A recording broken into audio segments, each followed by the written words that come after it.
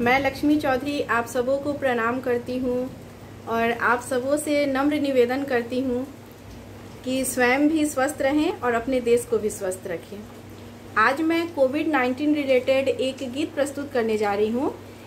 इस गीत को मैंने स्वयं लिखा है और इसे मैं भोजपुरी में गाने जा रही हूँ। जय हिंद, जय भारत।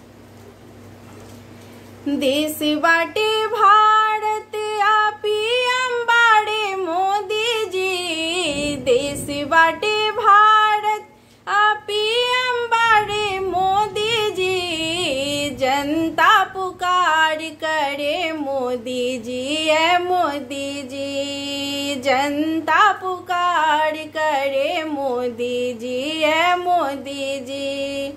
देश बाटे भारत आपी अंबाड़े मोदी जी, देश बाटे भारत आपी अंबाड़े मोदी जी, जनता पुकार करे मोदी जी है मोदी जी, जनता पुकार करे मोदी जी है मोदी जी। सूझबूझ भारी बाटे कैलन लॉकडाउन जी, दुष्ट चाइना पर फेंकलन जवाब के फुलझड़ी जी। सूझबूझ भारी बाटे कैलन लॉकडाउन जी, दुष्ट चाइना पर फेंकलन जवाब के फुलझड़ी जी। आगे आगे मोदी बाड़े, आगे आगे मोदी बाड़े, पाछे हिंदुस्तान जी, जनता पुकार करे मोदी जी है मोदी जी, जनता पुकार करे मोदी जी है मोदी जी। देश बाटे भारत आपी अंबाड़े मोदी जी, देश बाटे भारत आपी अंबाड़े मोदी जी, जनता पुकार करे मोदी जी है मोदी जी, जनता पुकार करे मोदी जी है मोदी जी।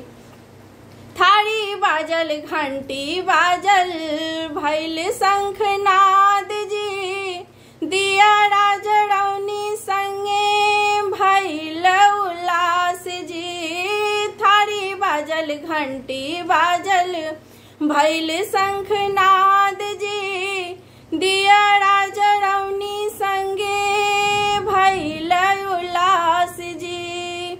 घर घर मोदी जी के, घर घर मोदी जी के भैल सम्मान जी, जनता पुकार करे मोदी जी है मोदी जी, जनता पुकार करे मोदी जी है मोदी जी।